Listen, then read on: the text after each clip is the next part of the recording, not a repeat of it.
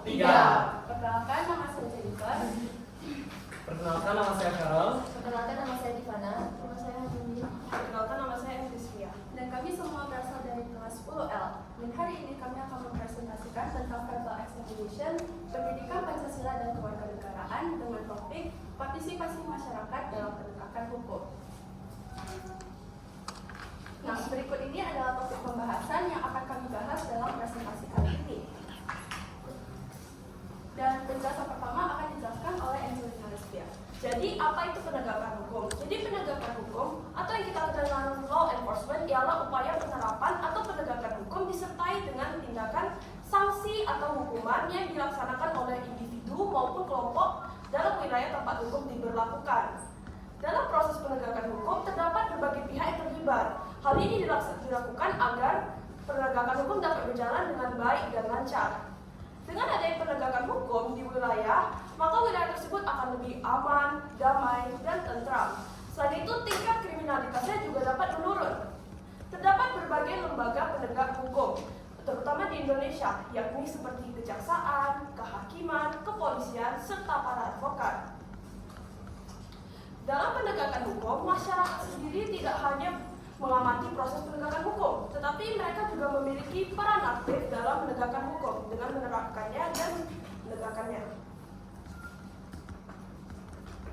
Jadi, bagaimana sistem hukum di Indonesia? Jadi, seperti yang dinyatakan oleh pasal 1 ayat 3, Indonesia telah ditegaskan sebagai negara hukum. Seperti yang kita ketahui dan telah pelajari, Indonesia sendiri menganut teori kedaulatan rakyat dan teori kedaulatan hukum, yang dimana hukum sendiri dipercayai yang pemegang kekuasaan tertinggi dan mengatur negara tersebut, sehingga harus dihormati dan dipatuhi oleh seluruh masyarakat.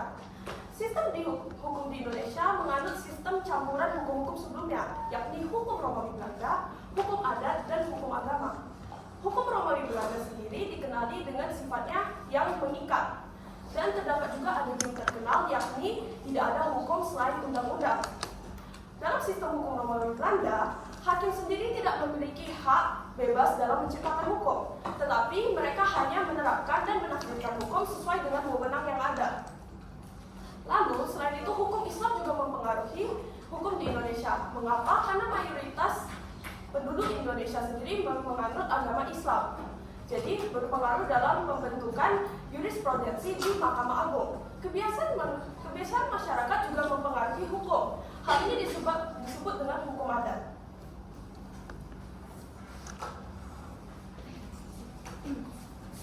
Nah, yang kemudian adalah lembaga penegak hukum di Indonesia. Yang pertama adalah Kepolisian Negara Republik Indonesia. Mereka itu bertugas untuk menjaga keamanan dan kedisiplinan, terus penegakan hukum, pengadilan, pengayoman, serta melakukan pelayanan kepada masyarakat. Yang kedua adalah Kejaksaan Agung. Mereka ini berfungsi untuk menuntut segala hal ataupun kasus yang berkaitan dengan administrasi keadilan negara. Yang ketiga adalah Mahkamah Agung. Mereka ini adalah pengadilan kasasi yang bertugas untuk menentukan ataupun memastikan bahwa setiap pengadilan itu menganut hukum yang sama, agar nantinya dalam pengambilan keputusan hukum itu tidak ada jawaban yang berbeda atau bisa dibilang adil. Yang keempat adalah Komisi Pemberantasan Korupsi. Mereka ini adalah salah satu lembaga yang bekerja atau bergerak di bidang pemberantasan korupsi. Mereka ini melakukan pemberantasan dengan cara melakukan penyidikan, lalu melakukan penuntutan atas segala kasus-kasus korupsi yang ada di Indonesia. Dan yang terakhir ataupun yang kelima adalah Mahkamah Konstitusi. Mereka ini adalah salah satu lembaga yang berfungsi untuk menguji dan juga memutuskan konstitusionalitas peraturan perundang-undangan yang ada di Indonesia, agar nantinya peraturan yang sudah ada itu tetap sejalan dengan konstitusi negara. Nah, berikutnya saya akan menjelaskan mengapa partisipasi masyarakat itu sangat penting dalam penegakan hukum. Nah, tentunya hal ini tuh sangat penting karena masyarakat itu dapat berperan sebagai pengawas, yang mana mereka tuh mengawas jalannya hukum agar tetap adil dan juga transparan. Partisipasi aktif mereka itu dapat mencegah terjadinya penyalahgunaan kekuasaan, serta mereka tuh dapat menaikkan menegakkan hak asasi manusia, nilai etika, dan juga moral dalam masyarakat. Ketika masyarakat itu berperan dalam hukum, maka hukum itu akan berjalan secara lebih efektif dan juga progresif. Yang mana itu karena keterlibatan masyarakat secara pendapat dan juga kebutuhan. Dan masyarakat pun akan lebih enjoy ataupun lebih percaya terhadap sistem hukum yang ada di Indonesia. Nah, kali ini saya akan membahas tentang upaya masyarakat untuk menegakkan hukum. Seperti yang telah disampaikan oleh teman-teman saya sebelumnya, pemerintah telah membentuk lembaga-lembaga penegakan hukum yang bisa kita lakukan. Nah, tercatat pada kasus Polri, pada tahun 2023 terjadi 288.757 kasus kejahatan. Ini meningkat 4,33% dari tahun sebelumnya, yaitu pada tahun 2022 tercatat kasus kejahatan itu sebanyak 277.407 kasus. Nah, sebagai masyarakat Indonesia, tentunya kita harus memprihatinkan hal tersebut. Apalagi tiap tahunnya, kasus kejahatan ini semakin meningkat. Nah, bagaimana peran kita sebagai masyarakat dalam berupaya menegakkan hukum? Ini saya bagi ke dalam 3 aspek besar, yaitu adalah edukasi dan pendidikan, organisasi kemasyarakatan sipil, dan juga yang terakhir itu adalah dialog dan komunikasi. Untuk yang pertama adalah edukasi dan pendidikan.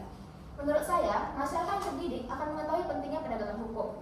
Lalu, apalagi untuk bagi kita sebagai generasi muda yang sedang menjalankan tentang sekolahnya, kita harus belajar dengan sungguh-sungguh dan bisa mengikuti partisipasi dalam proses beasiswa yang disediakan oleh pemerintah. Lalu kita juga dapat meningkatkan pemahaman tentang hukum baik dalam pendidikan informal ataupun formal. Dilanjutkan kepada organisasi kemasyarakatan sipil. Pemerintah telah membentuk berbagai organisasi lembaga hukum, seperti contohnya adalah partai-partai, termasuk Golkar, dan seterusnya. Kegiatan pemilu merupakan salah satu bentuk dari kegiatan partisipasi rakyat dalam bidang politik. Sebagai masyarakat, kita harus menjalankan kegiatan pemilu ini secara seksama, sungguh-sungguh, dan tanpa adanya kecurangan. Lalu sebagai masyarakat, kita juga dapat membentuk komunitas penegakan hukum. Yang terakhir adalah dialog dan komunikasi. Sebagai masyarakat, tentunya kita sudah tidak asing lagi dengan namanya sosial media. Sosial media seperti internet, Facebook, YouTube, TikTok sudah banyak ada di sekitar kita. Menurut saya, kita dapat mempost ataupun mengupload video-video tentang pemahaman penegakan hukum lebih lanjut, dan juga akibat jika kita tidak melaksanakan penegakan hukum. Dengan begitu, semua kalangan, baik dalam rentang usia TK, SD, orang tua, ataupun orang yang sudah usianya sudah renta, bisa mengetahui akan pentingnya penegakan hukum. Oke, selanjutnya saya akan membahas di bagian kendala dan tantangan penegakan hukum.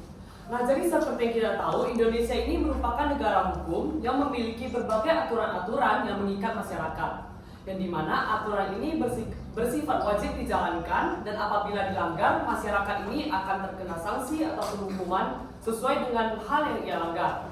Nah, tentunya dengan begitu, masyarakat ingin ada suatu penegakan hukum yang bijak dan efektif. Namun, hingga saat kini masih banyak kendala-kendala ataupun tantangan yang dihadapi oleh masyarakat dalam penegakan hukum ini. Nah, saya akan membahas 3 hal. Yang pertama itu dari segi undang-undang.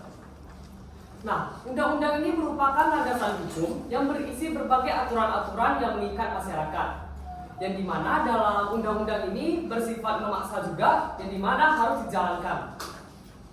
Undang-undang ini malah menjadi salah satu penyebab dari tantangan dan kendala yang dihadapi masyarakat dalam penegakan hukum.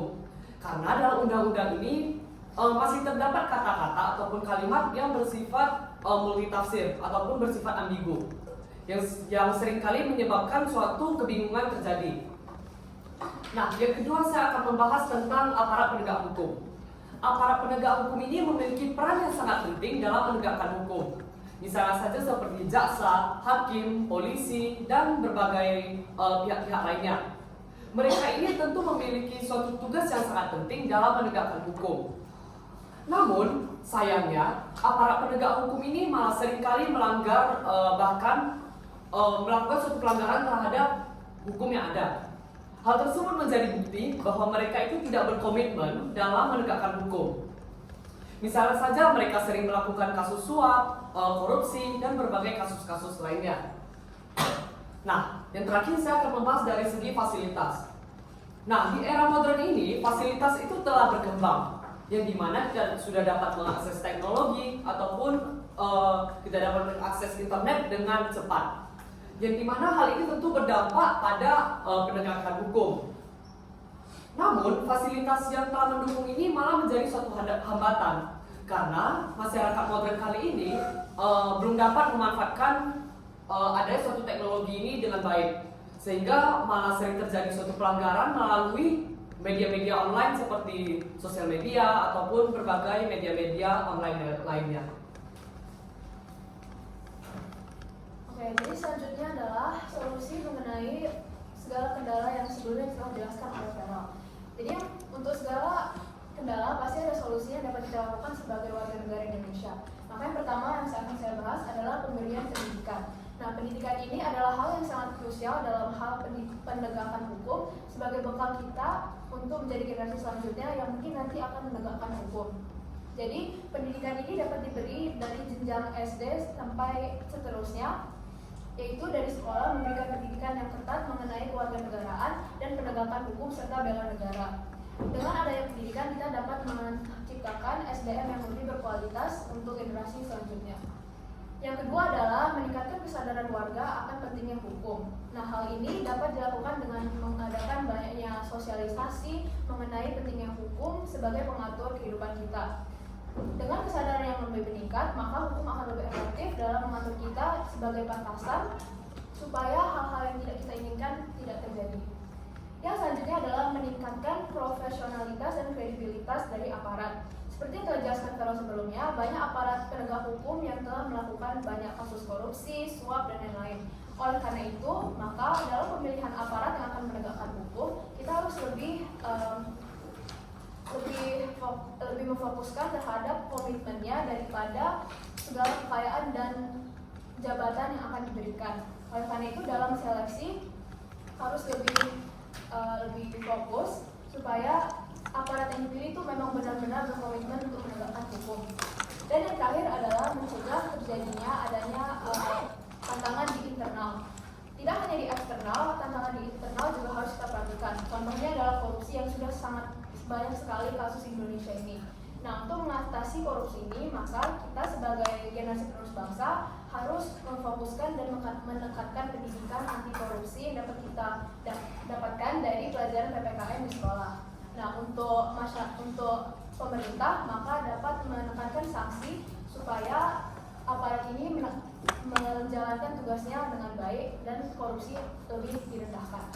Nah, untuk kesimpulan dan saran itu sebenarnya dijelaskan oleh Jordi, namun karena dia berhalangan untuk hadir, maka itulah sekian dari presentasi kami. Terima kasih sudah mendengarkan dan maaf jika ada salah kata.